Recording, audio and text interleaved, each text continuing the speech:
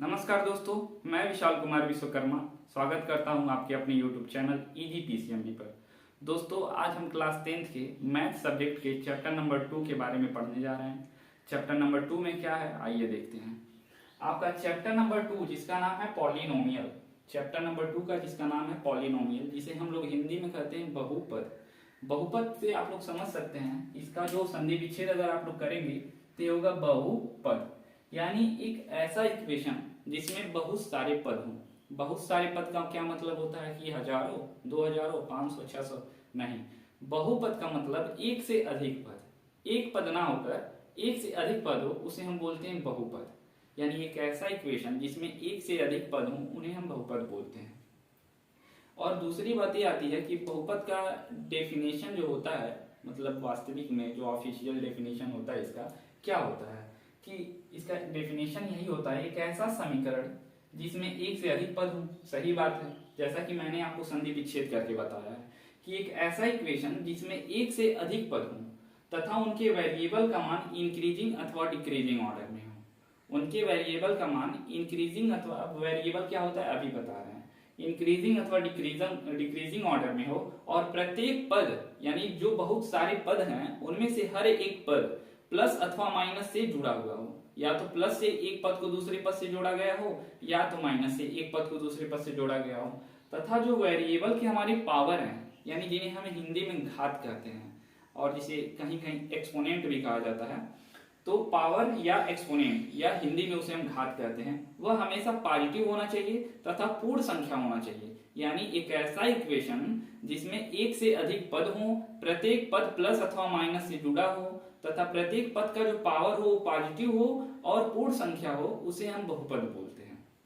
जैसा कि आपके सामने एक इक्वेशन लिखा है 9x² माइनस 3x इक्वल 0, तो 9x² plus 3x minus 6 equal 0, sorry. तो आपको हम बता दें कि इसमें बहुपद है कहाँ। जैसे कि हर एक वर्ड, सॉरी, ये जो 9x² है ये भी यह एक पद है, यह जो 3x² है 3x है यह भी एक पद है, और माइनस 6 जो है यह भी एक पद है। लेकिन इसमें वेरिएबल कौन है? वेरिएबल वही होता है जिसपे पावर अधिक होता है।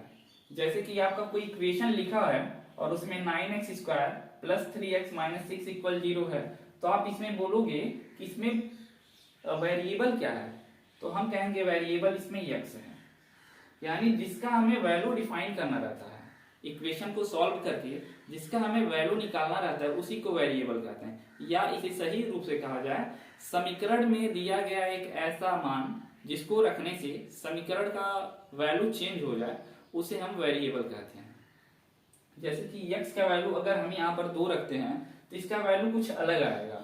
मान लीजिए 2 रख देते हैं तो 2 2 जा 4 और 9 4 जा 36 और 3 9 6 42, 42 में 6 गया 36, इसका वैल्यू 36 आएगा। लेकिन वही अगर आप इसका वैल्यू x का 3 रखते हो तो इसका वैल्यू अलग आएगा, ज्यादा आएगा।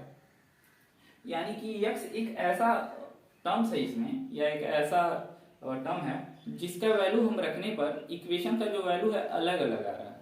यानी कि x अपने होशो हवास में नहीं है, वह किसी का भी बात मान नहीं रहा है, यानी कि वह इधर उधर घूम रहा है, यानी वेरिएबल है।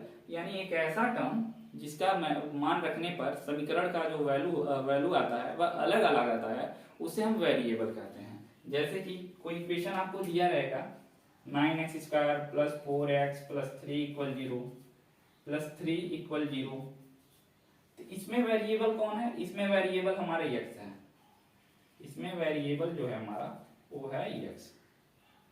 कोई कोई इक्वेशन x के टर्म में ना देके x y z किसी भी टर्म में दे सकता है, जैसे ax² plus bx plus c equal 0। अगर बात करें इसमें तो हमें कौन सा वेरिएबल है? यह जो हमारे x का टर्म है, x यही है वेरिएबल, और जो हमारा a और b है इसे हम क्या कहेंगे? यानी x² का जो कोफिशिएंट है, x का जो कोफिशिएंट है उसे हम क्या कहेंगे? उन दोनों कोफिशिएंट को हम बोलते हैं रियल नंबर, वास्तविक संख्याएं। यानी कि द कोफिशिएंट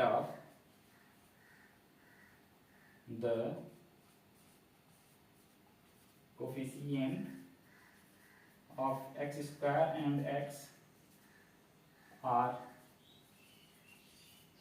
रियल नंबर्स। जैसे कि कोई इक्वेशन दिया रहे तो उसमें तो आप वेरिएबल आसानी से ढूंढ लोगे, यानी एक ऐसा वैल्यू एक ऐसा टर्म जिसका वैल्यू रखने पर अलग अलग इक्वेशन का वैल्यू हमारा अलग अलग आता है, उसे हम वेरिएबल कहते हैं। जैसे एक्स स्क्वायर, इसमें एक्स वेरिएबल है, लेकिन ये जो हमारा x square plus b x plus equal 0 है, इसमें एक्स तो वेरिएबल है, लेकिन ए बी सी क्या है, कोफिशिएंट ऑफ एक्स स्क्वायर, यानी कि एक्स स्क्वायर का जो गुणांक है, यानी एक्स स्क्वायर में जिसका गुणा हुआ है, यानी ए का गुणा हुआ है ना, एक्स में जिसका गुणा हुआ है, यानी कोफिशिएंट ऑफ एक्स यानी बी, ये दोनों जो होते हैं इन्हें हम बोलते हैं वास्तविक संख्याएं, जिसे हिंदी में हम लोग हिंदी में वास्तविक संख्याएं बोलते हैं, और इंग्लिश में इसे बोलते हैं हम लोग रियल नंबर। बाकी बच गया सी जो हमारा होता है, इसे हम क्या बोलते हैं, यानी जो किसी भी चीज का कोफिशिएंट ना हो, यानी वेरिएबल का कोफिशिएंट ना होकर वह अलोन लिखा गया हो, अकेले हो, प्लस अथवा माइनस के फॉर्म में, उन्हें हम बोलते हैं कांस्टेंट, यानी इसका मान कभी भी चेंज नहीं होगा, इसे हम बोलते हैं कांस्टेंट, जिसे हिंदी में बोलते हैं नियतांक। यानी यह नियत रहता है, हमेशा सर्टेन रहता है, यानी इसका वैल्यू कभी चेंज नहीं होता है। तो आप लोगों को समझ में आ गया होगा कि एक ऐसा समीकरण जिसमें एक से अधिक पद हो और प्रत्येक पद प्लस अथवा माइनस से जुड़ा हुआ हो, और जो हमारा वेरिएबल है जिसे हम एक्स स्क्वायर के फॉर्म में देख सकते हैं, कहीं कहीं वाई स्क्वायर के फॉर्म में देख सकते हैं, कहीं कहीं एम किसी भी फॉर्म में देख सकते हैं, उसका जो हमारा पावर होना चाहिए वह इंक्रीजिंग अथवा डिक्रीजिंग ऑर्डर में होना चाहिए। तो आइए समझ लेते हैं इंक्रीजिंग अथवा डिक्रीजिंग ऑर्डर होने का क्या मतलब है। जैसे कि आपके सामने मैंने एक इक्वेशन लिख दिया, 9x³ plus 6x square plus 4x plus 9 equal 0 plus 9 equal 0। तो आप यहां देख रहे हो कि जो हमारा वेरिएबल है, इसका जो एक्सपोनेंट है यानी पावर जो है, यहां पर 3 है पहले टर्म में, सेकेंड टर्म में हम जब जा रहे हैं तो जो हमारा एक्सपोनेंट यानी वेरिएबल का जो एक्सपोनेंट 2 है वह 3 से कम हो गया, यानी कि पहले 3 था अब 2 हो गया। अब यहां पर देखिए पावर 1 हो गया है, यहां पर पावर 1 है जो दिख नहीं रहा है लेकिन होता है, यहां पे पावर 1 होता है और यहां पे एकदम खत्म हो गया, यानी कि 3 - 1 2, 2 - 1 1, 1 - 1 0, यानी कि वहां पर हमारा वेरिएबल है ही नहीं, यानी कि इसी को हम कहेंगे डिक्रीजिंग ऑर्डर, जो यहाँ पर लिखा हुआ है डिक्रीजिंग ऑर्डर, यानी हमारा जो वेरिएबल है उसका जो एक्सपोनेंट है वह किस फॉर्म में है, डिक्रीजिंग ऑर्डर में है। डिक्रीजिंग ऑर्डर का मतलब घटते हुए क्रम में हो, डिक्रीजिंग ऑर्डर का मतलब घटते हुए क्रम में हो। ये हमारा डिक्रीजिंग का आप लोग समझ गए। इंक्रीजिंग क्या होता है, जैसे आपका कोई है 9, अब सेम इसी को उल्टा अगर आप लिख देते हो, 9 + 4x + 6x square plus 9x³ equal 0।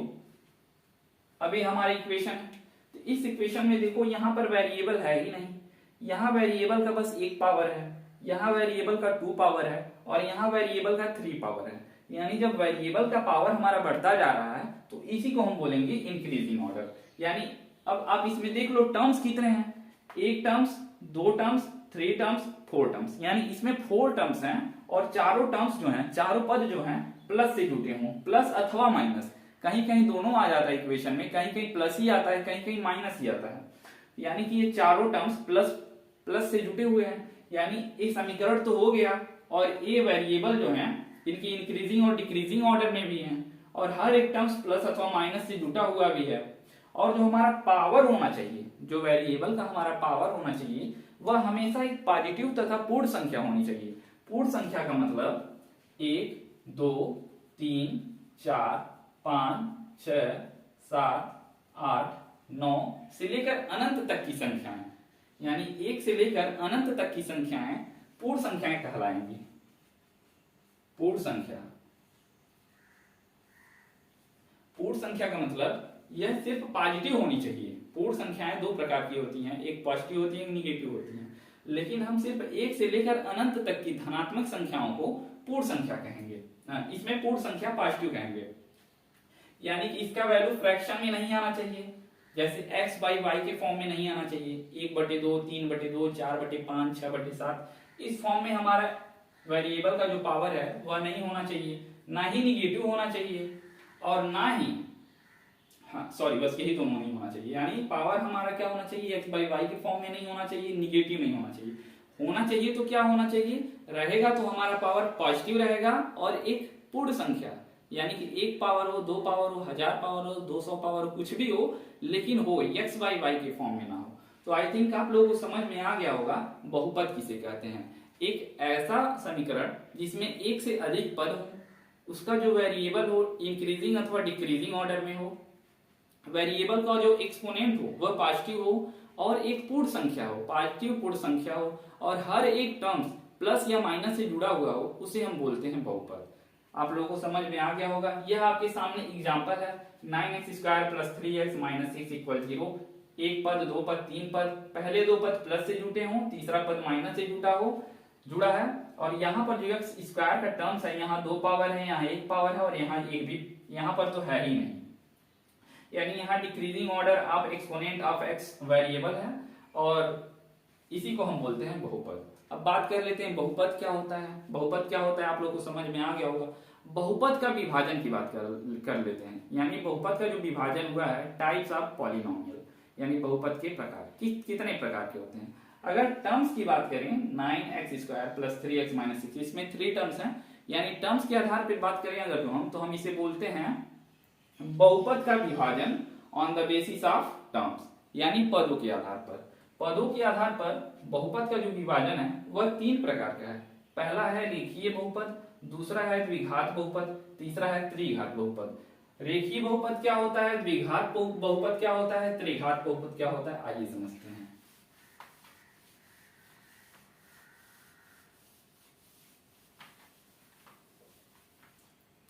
जैसा कि मैंने एक इक्वेशन लिख दिया, 4x + 5 = 0।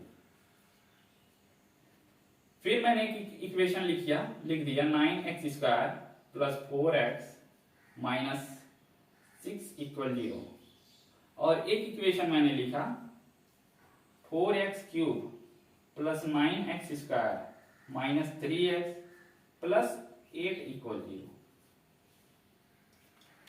तो इक्वेशन से आप लोगों को मालूम चल रहा होगा कि रेखीय बहुपद किसे कहेंगे, द्विघात बहुपद किसे कहेंगे, त्रिघात बहुपद किसे कहेंगे।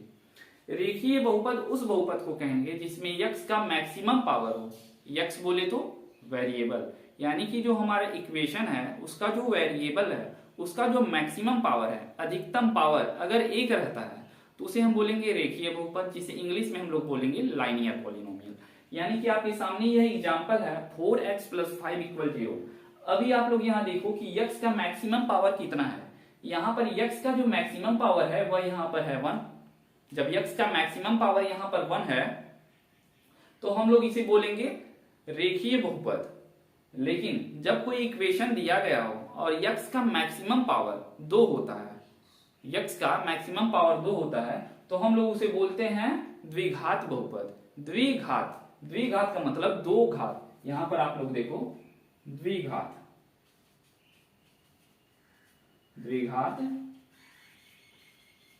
बहुपद। द्विघात का मतलब एक ऐसा बहुपद जिसमें वेरिएबल जो हमारा है उसका जो मैक्सिमम पावर हुआ कितना हो, यानी 2 हो, उसे हम बोलते हैं द्विघात बहुपद, जिसे हम लोग इंग्लिश में बोलते हैं क्वाड्रेटिक पॉलिनोमियल। जिसे हम लोग इंग्लिश में क्या बोलते हैं, क्वाड्रेटिक पॉलिनोमियल।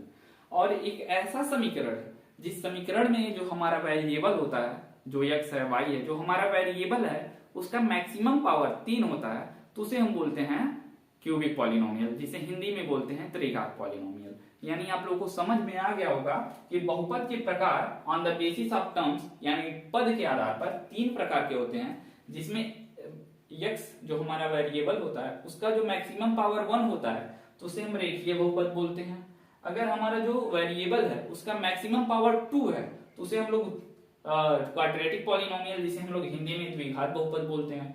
और तीसरा जो हमारा वेरिएबल x होता है उसका मैक्सिमम पावर अगर 3 है तो उसे हम बोलते हैं त्रिघात बहुपद, जिसे हम लोग क्यूबिक पॉलिनोमियल बोलते हैं। जैसे यहाँ पर x का हमारा मैक्सिमम पावर 1 है, यहाँ x का हमारा मैक्सिमम पावर 1 है, तो इसे हम लोग बोलेंगे लाइनियर पॉलिनोमियल, क्योंकि यहाँ x का केवल और केवल एक वैल्यू प्राप्त होगा, इसलिए हम इसे लाइनियर पॉलिनोमियल बोलेंगे। यहां पे आपका इक्वेशन है 9x² plus 4x plus minus 6 equal 0। तो 9x² plus 4x minus 6 equal 0 में ये कौन सा पॉलिनोमियल है? सबसे पहले तो आपको ये पहचानना पड़ेगा। आपके सामने इक्वेशन दे दिया और आपसे पूछ लिया कि बताइए कि ये पॉलिनोमियल किस प्रकार का पॉलिनोमियल है, लाइनियर है, क्वाड्रेटिक है, और क्यूबिक है। तो लाइनियर के लिए तो आप जानते हो x का जो मैक्सिमम पावर होना चाहिए वह होना चाहिए हमारा 1। तो यहाँ पर x बस एक ही है ही और उसका मैक्सिमम पावर भी 1 है, इसलिए हम क्या बोलेंगे, इसे लाइनियर पॉलिनोमियल बोलेंगे।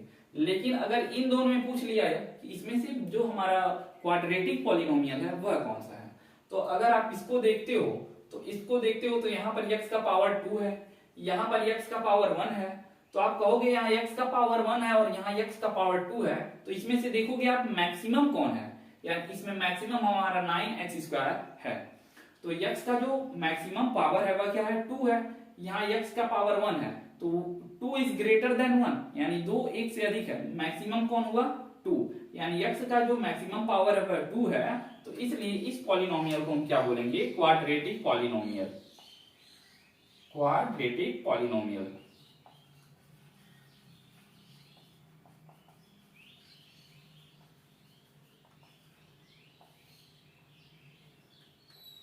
इसे हम बोलेंगे क्वाड्रेटिक पॉलिनोमियल, जिसे हम लोग हिंदी में बोलते हैं द्विघात समीकरण, द्विघात बहुपद। अब आप लोग कहोगे जब द्विघात है यानी पावर 2 है, तो हम इसलिए इसे स्क्वायर पॉलिनोमियल क्यों नहीं बोलते हैं?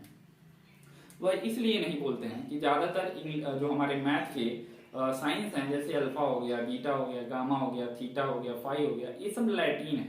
लैटिन बोले तो यूनान का एक शहर था लैटिन, जिसे जहां से मतलब वहां की जो भाषा थी वहां की लैटिन थी, इसलिए हम उसे लैटिन बोलते हैं। तो हमारा क्वाड्रेट मीन्स होता है वर्ग, और वर्ग मीन्स वर्ग होता ही है, स्क्वायर मीन्स वर्ग होता ही है, और क्वाड्रेट मीन्स होता है, क्वाड्रेट मीन्स भी होता है वर्ग। इसलिए हम इसे स्क्वायर पॉलिनोमियल ना बोल के क्वाड्रेटिक पॉलिनोमियल बोलते हैं।